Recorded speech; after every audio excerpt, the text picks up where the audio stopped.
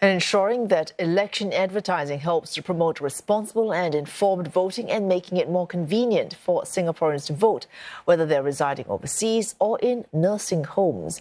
These are among proposed amendments to the presidential elections and parliamentary elections bills. And they come with the presidential election scheduled to be held no later than the 13th of September this year. Chang Si-hui tells us more. You may see more posters and banners like these in future elections. It shows the full names of those who play an active role in publishing election advertising, including those who approved, printed, or even paid for the content.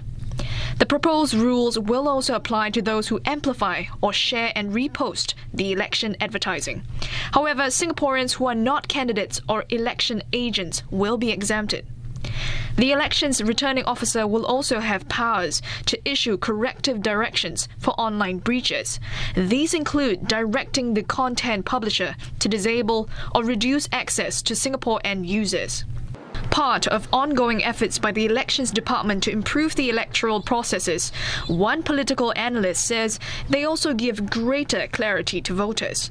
However, he points out that there will be laws to prevent a potential abuse of power.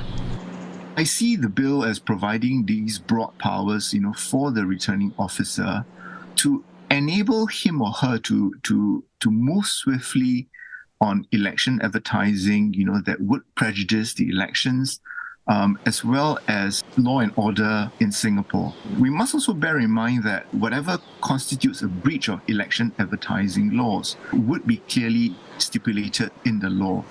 Voting arrangements will also improve for two groups of people.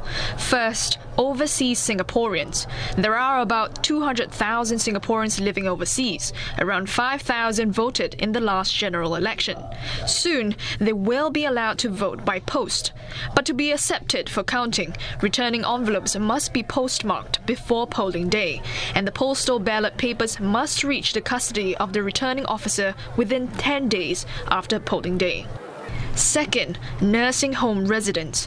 Special polling stations will be set up within their premises so they can cast their votes by their beds. And to protect children from being politically exploited during elections, those below 16 will not be allowed to take part in election activities.